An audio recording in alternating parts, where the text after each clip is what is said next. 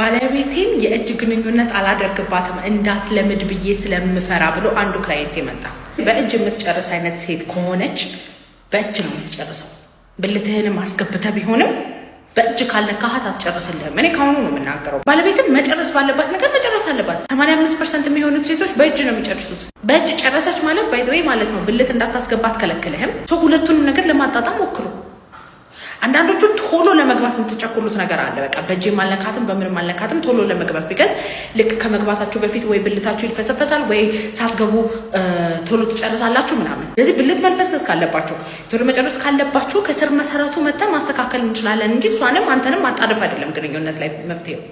አንድ ሰው ሴጋ በሚመታበት ጊዜ ልምድ ሊሆንበት ይችላል። እንዴት መከላከል ይችላል? ልምድ ብቻ አይደለም ሱስ ይሆንብሃል።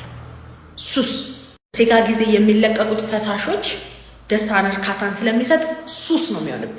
ልምዱን ተው እና እንዴት መከላከል እንደሚቻል ታውቃላችሁ? አትጀምሩ። ሴጋ መምታት አለመጀመር ይሻላል። ገብቶ መውጣት በጣም የሚከብድ ነገር ስለሆነ 2 ወር 3 ወር ቆየሁ ከዛ እንደገና ተነሳብኝ በጣም እየወረዱ እየተነሱ እየወረዱ እየተነሱ እየተቸገሩበት ያለ ነገር ነው። ስለዚህ አለመጀመር ይሻላል። አለመነካካት ይሻላል። ሴጋ መምታት ውስጥ የነበራችሁ ሰዎች ደግሞ ሌሎች ለከበዳቸው ሰዎች እስቲ የወጣችሁበትን ነገር ሁኔታ እንዴት አድርጋችሁ እንደወጣችሁ ኮመንት ላይ ጻፉላቸው። ስንፈተ ወሲብ ሳያመጣባቸው በፊት እነሱም ይገላገሉ። ብልት አለማቆም ከመጀመሩ በፊት ቶሎ ማስጨረስ ከመጀመሩ በፊት ቢካዝ ሴጋ መምታት ለእንደዚህ አይነት ነገር ስለሚያጋልጥ ሴጋ መምታት የነበረባችሁ አሁን ያለባችሁ የብልት አለመቆም ችግር ቶሎ መጨረስ ካለባችሁ መታችሁ መቼክ መደረግ ትችላላችሁ፣ መታከም ትችላላችሁ። ዶክተር ከሴት ጋር ግንኙነት አድርጌ አላቅም ግን ብዙ ጊዜ ጠዋት አይቆምም። ምንድነው ነገሩ? አንድ ወንድ ጠዋት ይቆምለታል ስንል ምን ነገሮችን ማሟላት አለበት የሚባለው ነገር እናውራ። አንደኛ በሳምንት ከ3 እስከ 5 ነው የሚቆመው። በየቀኑ አይቆምም። ሁለተኛ ለረጅም ጊዜ አይቆምም። ልክ ተነስታችሁ ስልካችሁን ስትነኩ ሽንት ቤት ምናምን ስትሄዱ ተመልሶ ይወርዳል። ሶስተኛ ሚስት ላይ ወይም ጓደኛ ስላላችሁ ዲፔንድ የሚያደርግ ነገር አይደል። ጠዋት እንዲቆምልህ 2 ማሟላት ያለብን ነገሮች አሉ። እንቅልፍ መተኛት አለብን፣ ወንድ መሆን አለበት። እነዚህ ነገሮች ካሟላ ጠዋት ብልት ይቆማል ማለት ነው። ግን ጠዋት ብልት የማይቆም ከሆነ ጭራሽ ወይም በሳምንት አንዴ ወይም በ2 ሳምንት አንዴ እየቆየ የሚቆም ከሆነ እንቅልፍ እየተኛ ጥንካሬ ያሌለው አይነት አቋቋም የሚቆም ከሆነ አካላዊ የሆነ የብልት አለመቆም ችግር አለብን ማለት ነው። ነርቭ ላይ፣ ሆርሞን ላይ፣ ጡንቻ ላይ፣ ደም ስር ላይ ያሉ ችግሮች አሉ። መተህ እንደ አግባብነቱ መርምረን ሕክምና ልናስጀምር እንችላለን። በፊተኛዋ ፍቅረኛዬ ጋር ምንም ስንፈተ ወሲብ የለብኝም ነበር። ከእሷ ጋር ስለያይ ግን የአሁኗ ፍቅረኛዬ ጋር አልቆም አለኝና እስኪ ምክንያቱን ንገርኝ ይለኛል። ይሄ ፉሊ 100% ምንም አይነት በቃ ጥርጣሬ የሌለው ስነ ልቦናዊ የሆነ ነገር ነው። በቃ ወይ ልብህ እሷ ጋር ነው ያለው የበፊቷ ፍቅረኛ ጋር ከአሁኗ ፍቅረኛ ጋር የሆነ አይነት ግንኙነት ላይ ያልተጣማጣማችሁት ነገር አለ። ስንፈተ ወሲቦች 60% ስነልቦናዊ ናቸው። ስነልቦናዊ የሆኑ ስንፈተ ወሲቦችን እንዴት ነው የምትለዩት የሚለውን ነገር ልንገራችሁ። አንደኛ በድንገት ነው የሚመጡት። ሁለተኛ ሁኔታ ይለያሉ። ሴት ይመርጣሉ፣ ሁኔታ ይመርጣሉ፣ ቀን ይመርጣሉ፣ የሆኑ ነገሮችን ይመርጣሉ። ሶስተኛ መጣ ሂድት ማለት ነገር አላቸው። አካላዊ ከሆነ ጠዋት አይቆምልህም ነበር ብልት ለየግንኙነቱ ልፍስፍስ ይሆን ነበር። ሴት አይመርጥም። እንደዛ ሲሆን አካላዊ ነው። ደም ስር ላይ፣ ነርቭ ላይ፣ ሆርሞን ላይ፣ ጡንቻ ላይ ያሉ ችግሮች አሉ ማለት ነው። እሱን መታከም ትችላለህ። ዶክተር ባለቤቴ ቶሎ የመጨረስ ችግር አለበት። በፊት ላይ ትንሽ ይሻል ነበር፣ አሁን ጭራሽ ብሶበታል። ገና ስንዘጋጁላ ይጨርሳል። ይህ ነገር በጣም እንድጠላው እያደረገኝ ነው። በትዳር 5 ዓመት ቆይተናል። አንድ ልጅ አለን። ትዳሬ ባይፈርስ ደስ ይለኝ ነበረ። መታከም የሚችል ነገር ነው። ግን ቶሎ መጨረስ አለበት ሲባል ከአንቺ ቀድሞ ስለጨረሰ አይደለም። ማሟላት ያለበት መስፈርቶች አሉ። እነዚህ መስፈርቶች ካሟላ ትልኪዋለሽ ባለቤትሽን፣ እኛ እናስተካክልለታለን ማለት ነው። አንደኛ ቶሎ መጨረሱ 6 ወርና ከዛ በላይ መቆየት አለበት። ሁለተኛ ከመጀመሪያ ግንኙነቱ ጀምሮ ያለ ነገር ከሆነ ከ1 ደቂቃ በታች መሆን አለበት። ብሎ እየመጣ አይነት ቶሎ መጨረስ ከሆነ በፊት ደህና ሆኖ አሁን እየፈጠነ ከሆነ ከ3 ደቂቃ በታች መሆን አለበት። ሶስተኛ የመጀመሪያ ዙሩን አልፎ ሁለተኛ ዙር ቶሎ መጨረስ አለበት። አራተኛ በ6 ወር ውስጥ 12 ግንኙነትና ከዛ በላይ ማድረግ አለበት። ከ12 ግንኙነቶች ውስጥ ደግሞ 80% የሚሆነውን ቶሎ ከጨረሰ የዛኔ ሆርሞን ላይ ወይም ነርቭ ላይ ያለ ችግር አለ ማለት ልከሹ መታከም ይችላል ማለት ነው። እነዚህ መስፈርቶች የምታሟሉ ከሆነ ቶሎ መጨረስ አለባችሁ ማለት ነው። ስለዚህ መታችሁ መታከም ትችላላችሁ። በግንኙነት ጊዜ ሚስታችሁ ቀደም ብላ እንድትጨርስላችሁ ከፈለጋችሁ ካልሲ አድርጉላት።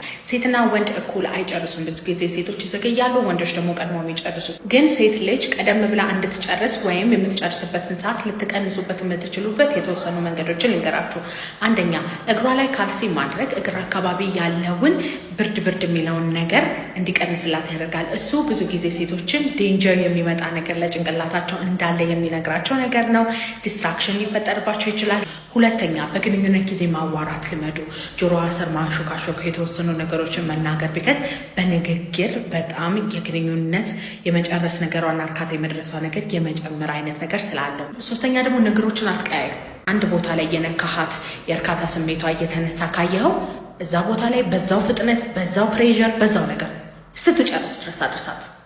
አትቀያየር ነገሮች። እሷ ዘግይታ ስለጨረሰች አንተ ቶሎ መጨረስ አለብህ ማለት አይደለም። ኦኬ፣ ቶሎ መጨረስ 3 ደቂቃ ወይም 1 ደቂቃ በታች መሆን አለበት። የዛኔ ነርቭ ላይ ወይም ሆርሞን ላይ ያሉ ችግሮች ይኖራሉ።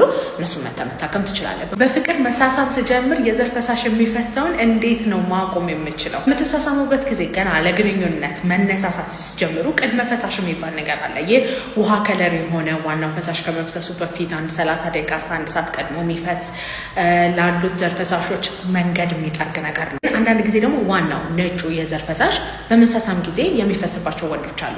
ይህ በጣም ከፍተኛ የሆነ ኃይለኛ የሆነ የቶሎ መጨረስ ችግር አለባችሁ ማለት እንችላለን። ግን ሁለተኛ ዙርም ግንኙነት ሞክራችሁ አሁንም ቶሎ መጨረስ ካለባችሁ ነው ሕክምና መውሰድ የምትችሉት። የመጀመሪያ ዙር ሁሉ ወንድ ነው ቶሎ የሚጨርሰው። የመጀመሪያ ዙር አንድ ወንድ 15 ሰከንድ ጨርሶ ማለት ነው። ሁለተኛ ዙር 15 ደቂቃ ሊቆይ ይችላል። የመጀመሪያ ዙር ብቻውን ቶሎ መጨረስ አለባችሁ አያስብላችሁም። ሁለተኛ ዙር ከ3 ደቂቃ በታች ወይም ከ1 ደቂቃ በታች እየጨረሳችሁ ከሆነ የዛኔ ሆርሞን ላይ ወይም ነርቭ ላይ ችግር አለ ማለት ነው። መታችሁ መታከም ትችላላችሁ። በየጊዜው አንድ አይነት የሆነ ግንኙነት ማድረግ ለስንፈተ ወሲብ ይዳርገናል ወይ? ወንዶች በተለይ ከትዳር በኋላ የግንኙነት ነገራቸው እየጣፈጠ ካልሆነ ወይም ደግሞ የተለያዩ ነገሮችን መሞከር ካልቻችሁ የመሰላቸት ነገር ሊመጣ ይችላል። 60% የሚሆኑ ስንፈተ ወሲቦች ስለ ልቦናዊ ናቸው። ወንዶች በግንኙነት ህይወታቸው አዳዲስ ነገሮችን መሞከር ማውራት ይፈልጋሉ። ስለዚህ ያንን ነገር በትዳር ውስጥ ማለማመድ መቻል አለብን። ካልሆነ ግንኙነት እየተሰላቸው የሚመጣ ነገር ነው። በተለይ ደግሞ ሁለተኛ ዙር ግንኙነት ከትዳር በኋላ የተለመደ ነገር አይደለም ዶክተር ምናምን ብሎ የሚለኝ ሰው ብዙ ነው። ኃላፊነቶች አሉ፣ ልጆች አሉ እና በዛ መቅጠን የሚመጣው ስትረስ የሚመጣው ድካም አለ። ግን የግንኙነት ድባቡን የመቀየር አይነት ፖቴንሻል ካላችሁ ከባለቤታችሁ ተነጋግራችሁ ያንን ነገር ለማስተካከል ብዙ አይነት እድሎች አሉ። የተለያዩ ነገሮች ሞክሩ። አንተ እያስደሰትኩ ነው ወይ? አንቺ እያስደሰትኩሽ ነው ወይ? እንዴት አድርገው ሌላ ነገር እንሞክር፣ እስቲ ምን አይነት ነገር እንሞክር ብላችሁ ማውራትን እና ሌሎችን ነገሮችን ኤክስፔሪንስ ማድረግ፣ ቦታ መቀየር፣ ፖዚሽን መቀየር፣ ለግንኙነት የሚያነሳሳችሁን ነገር መቀየር፣ የምታወሩትን ነገር መቀየር፣ እንደዚህ አይነት ነገርን የግንኙነት ህይወትን እየጣፈጠ እንዳይሰለች የሚያደርገው ነገር ነው። ቢከዝ ስነ ልቦናዊ የሆኑ ስንፈተ ወሲቦች ሊያመጣ ይችላል። ምንም ያክል ደግሞ ፖዚሽን ብትቀያየር፣ ምንም ያክል ነገሮችን ብታስተካከል ደግሞ ማይስተካከሉ ስንፈተ ወሲቦች አሉ። ባይተወይ እሱ በግንኙነት መሰላቸው ሳይሆን አካላዊ በሆኑ ነገሮች ነው የመጡት። ጠዋት ብልት ማይቆም ከሆነ፣ በየግንኙነቱ ቶሎ የምትጨርስ ከሆነ የዛኔ ነርቭ ላይ፣ ሆርሞን ላይ፣ ጡንቻ ላይ፣ ደም ስር ላይ ያሉ ችግሮች አሉ። መታከም ትችላለህ። በማንኛውም ስንፈተ ወሲብ መታከም ከፈለጋችሁ ባዮ ላይ ባለው ስልክ ቁጥር ደውላችሁ ቀጠሮ ማስያዝ ትችላላችሁ። በሬ ሁል ጊዜ ክፍት ነው።